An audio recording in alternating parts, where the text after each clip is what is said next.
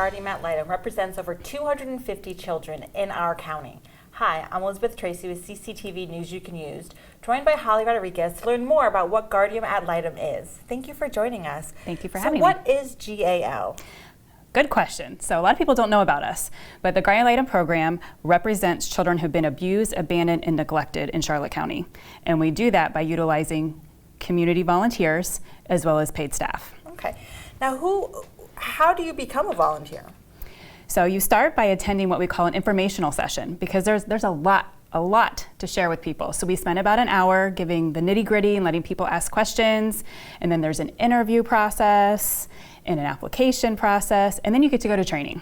It is 30 hours of training to become a certified child advocate, and that's here in Charlotte County, but that's true of anywhere in the nation if you become a child advocate serving these kiddos. Do you need any special background to become an advocate? No, you do not. We have anything from stay-at-home moms to former CEOs of Fortune 500 companies. You just need to have a heart for children. Let's talk a little bit more about what responsibilities you would have as a Guardian Ad Litem. The most important responsibility that you have is building a relationship with a child during the most traumatic time during a child's life. So you must visit that child at a minimum of monthly. Of course, it's COVID, so what do?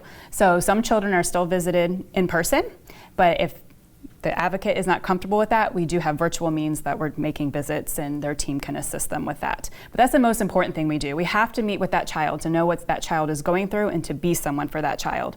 But above and beyond that, we talk to anybody and everybody in that child's life so that we have a big picture understanding of what's going on in that child's life to be able to make best interest recommendations to the court system. I was just going to ask, what is the core role of the GAL when it comes to representing the child in this court system? So it is best interest, which is not the same as express wishes. Sometimes people think it's the same. Of course, it's important to know the child's expressed wish, but we're here for best interest. So what is in that child's best interest, meaning the placement, because the child is likely, if we're involved, the child's in a foster home or placed with an approved family friend or relative that can keep them safe during this time while their parents get better. So we need to make sure that that home is safe, that they're doing very well in school, or do they need additional assistance? You name it, we're here. We've done tutoring, we provide normalcy activities, we even deliver beds if need be. We make sure that child's voice is being heard, whether it's in the court system, whether it's to our community partners, whether it's in the school, wherever that child's voice needs to be heard to ensure all their needs are being met. Where can someone go to get more information about how to volunteer?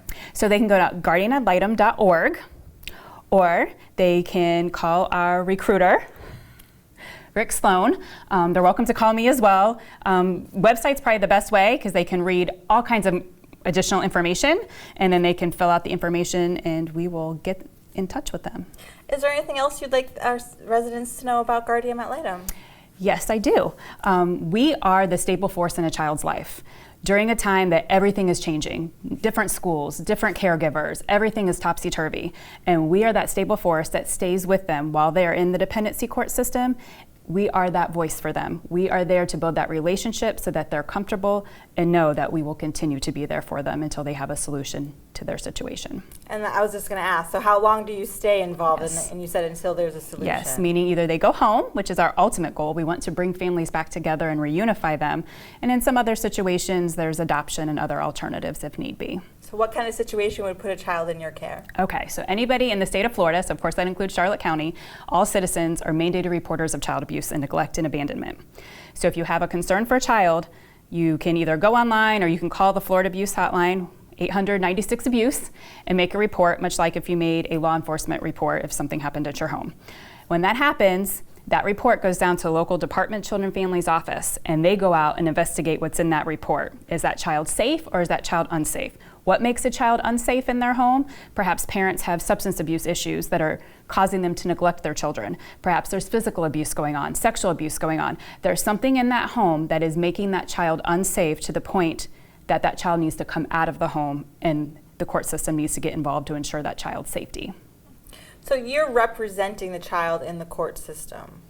Yes, primarily, but again, with community partners or in the schools, because our kiddos tend to not do well in school. They've had lots of changes in their lives, and so we're there to make sure that they can be as successful as they possibly can be. Thank you, Holly, for joining us. Thank you for having me. For more information about how you can become a volunteer for the Charlotte County Guardian Ad Litem, visit guardianadlitem.org. For CCTV News You Can Use, I'm Elizabeth Tracy.